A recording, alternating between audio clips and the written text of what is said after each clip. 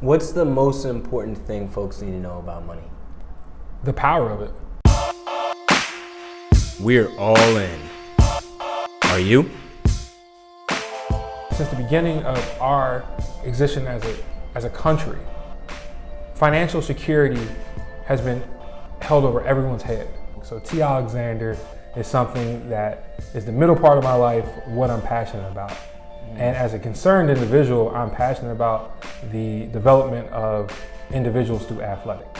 We know athletics is the perfect tool, and it has intersections in race, society, economics, politics, but we often overlook the power that comes with it. And that means starting with the student athletes that are participating, understand the power that they have in their communities to motivate and empower their parents and members in their community. When you talk about empowerment, where did this passion come from?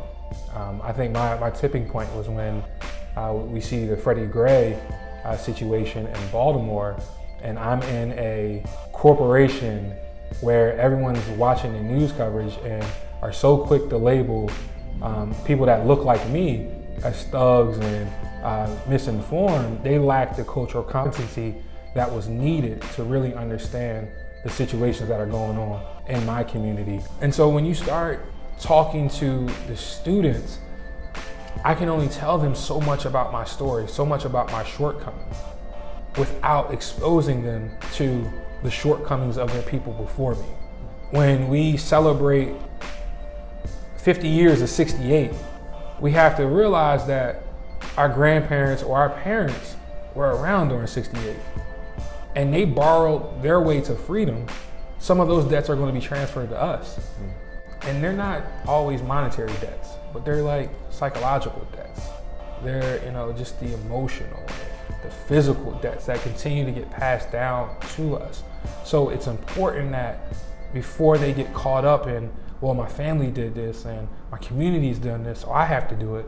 No, understand why you're doing it. And living in a community that has the resources versus my time in Philadelphia when I lived there, it's easy to see why those kids have an easier path to success than our kids, because they're exposed to it early. Some of the conversations I have with the elementary and middle school kids in township versus the school district are night and day, because their parents are in those circles. Those parents are having those conversations. Versus some of the kids in the school district, those parents are working second and third shift or working additional jobs where they don't have the ability to connect or connect them with other members in the community.